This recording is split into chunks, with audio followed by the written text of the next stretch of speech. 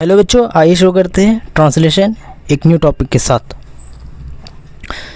The bundle of sticks. Bundle of stick है ना। तो ऑफ हमारा क्या हो जाएगा बच्चों? ऑफ का मतलब का के की होता है, ठीक है। तो बंडल ऑफ स्टिक्स, स्टिक्स का मतलब क्या होगा बच्चों? छड़ी। तो एस लगा हुआ तो ये क्या हो गया बच्चों? प्लूरल हो गया।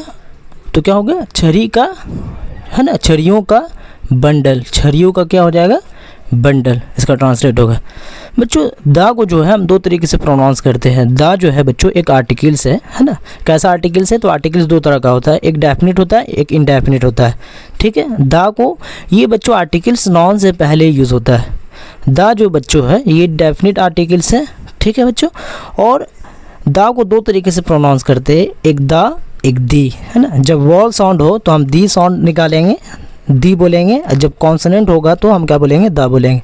जैसे यहाँ पर क्या हो रहा है? बंडल, तो बा से साउंड हो रहा है तो कॉन्सोनेंट है, तो कॉन्सोनेंट से पहले क्या आ रहा है? दा, तो हम क्या बोलेंगे? दा बोलेंगे। जब बच्चों यहाँ पर वॉल साउंड होता है तो हम क्या बोलते हैं? दी बोलते हैं। तो आई होप ये क्लियर हो गया होगा। तो चलिए आगे चलते हैं। N old man. एन बच्चों एक हमारा क्या है? एक आर्टिकल्स है जो नॉन से पहले यूज़ हुआ है, क्योंकि बच्चों मैन क्या है? हमारा एक नॉन है, और ओल्ड क्या है? इसका विशेषता बता रहा है। मैन का क्या कर रहा है? विशेषता बता रहा है। तो मैन का मतलब क्या होता है बच्चों? आदमी, है ना। इसका प्लूरल क्या हो जाएगा? मेन हो जाएगा, MEN, है ना, प्लूरल हो जाएगा। तो एन का मतलब भी एक होता है बच्चों, और ए का मतलब भी होता है एक होता है। तो हम ए का यूज़ क्यों नहीं किए? क्योंकि बच्चों जब कॉन्सोनेंट साउंड होता है तब ए का यूज़ करते हैं, जब वॉल साउंड होता है तो हम क्या करते हैं? एन का यूज़ करते हैं। तो यहाँ पर क्या हो रहा? ओल्ड, है ना, ओ। तो ओ क्या है? एक वॉल साउंड है ना। तो इसलिए हम क्या कर रहे हैं? एन का यूज़ कर रहे हैं। तो एक ओल्ड आदमी, है ना, एक बूढ़ा आदमी विथ क्वारलिंग। क्वारल का मतलब बच्चों होता है झगड़ना। क्वारल का मतलब होता है झगड़ना, है ना। तो ये क्या हो गया?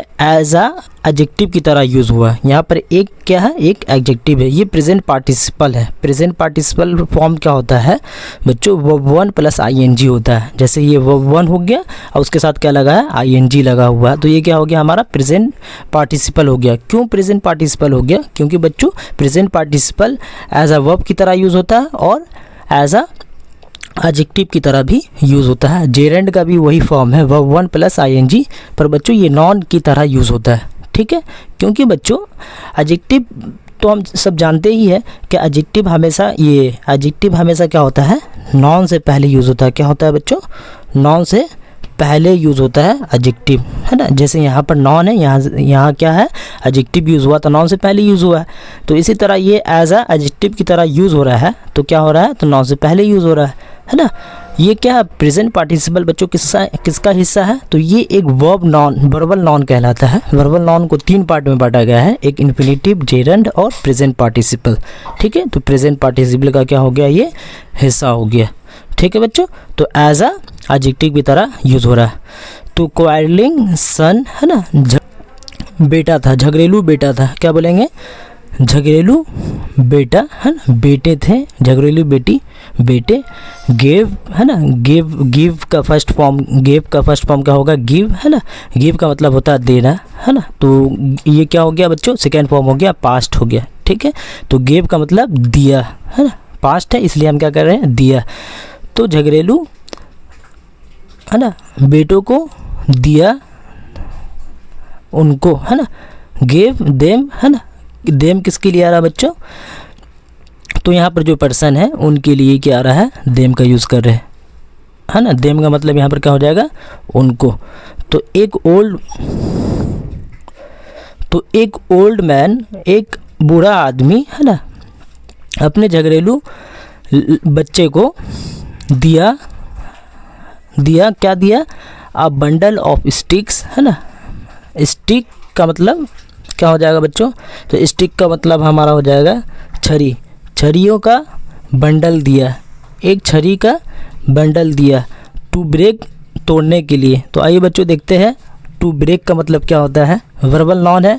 वर्बल नॉन को हम तीन पार्ट में बांटे फर्दर। तो एक इन्फिनेटिव हो गया, एक जेरेंड हो गया, एक प्रेजेंट पार्टिसिपल हो गया। तो इन्फिनेटिव जो बच्चों होता है वो टू और वर्ब वन के साथ मिलकर इन्फिनेटिव बनाता है, एज अ नॉन की तरह ये क्या होता है, यूज़ होता है। ठीक है, इसका मीनिंग बच्चों क्या होगा, करने के लिए या करना, जैसे धोना है ना, खाना पीना, तो क्या हो रहा है, लास्ट में ना आ रहा है, तो इस तरीके से भी होता है इसका मीनिंग। और इसका एक मीनिंग क्या होता है, करने के लिए, खाने के लिए, दौड़ने के लिए, है ना, इस तरीके से भी हम क्या करते हैं, यूज़ करते हैं। तो यहाँ पर क्या हो गया, टू और वर्ब वन आ रहा है। ब्रेक का मतलब क्या होता है, तोड़ना, तो क्या हो जाएगा बच्चों, टू ब्रेक का मतलब क्या हो जाएगा यहाँ पर, तोड़ने के लिए है। अब बंडल ऑफ स्टिक किसको दिया, अपने बेटों को दिया तोड़ने के लिए, है ना, तोड़ने के लिए, टू ब्रेक तोड़ने के लिए, है ना। बंडल ऑफ स्टिक दिया, है ना, स्टिक का क्या है, गुच्छा दिया तो तोड़ने के लिए, पर दे ऑल फेल्ड, वो क्या हो गए, वे क्या हो गए, वो सब क्या हो गए, फेल्ड हो गए, वे सब क्या हो गए, हार गए, वे सब क्या हो गए, हार गए। ही देन, वो फिर, देने का मतलब फिर, अनटाइड, फिर क्या किया, उसको बंडल को, अनटाइड द बंडल, फिर क्या कर दिया, अनटाइड कर दिया, यानी खोल दिया, बंडल को क्या किया, खोल दिया।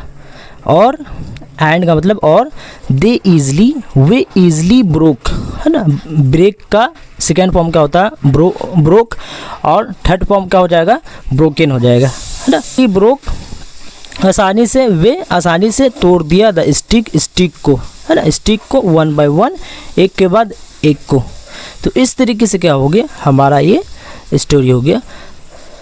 तो बच्चों इससे हमको क्या समझ में आया, जब हम अकेले रहेंगे तो कोई भी हमको हरा सकता है, और जब हम साथ में रहेंगे तो फिर क्या है, इम्पॉसिबल है हराना।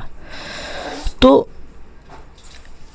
जो एक बुरे आदमी थे, वो सिखाना चाह रहे थे अपने बच्चे को कि तुम जो झगड़ते रहते हो, an old man with quarrelling son, है ना, झगड़ते हुए, है ना, बच्चों को दिया, है ना, अ बंडल ऑफ स्टिक, एक स्टिक दिया, और इससे क्या किया, बोला कि तोड़ने के लिए कि तुम तोड़ो, तो क्या हो गया, सभी क्या हो गया, फेल हो गया। फिर क्या हुआ, एक एक कर उसको दिया गया स्टिक, है ना, तो वो सब क्या किए, एक के बाद एक को आराम से क्या कर दिए, वो तोड़ पाए।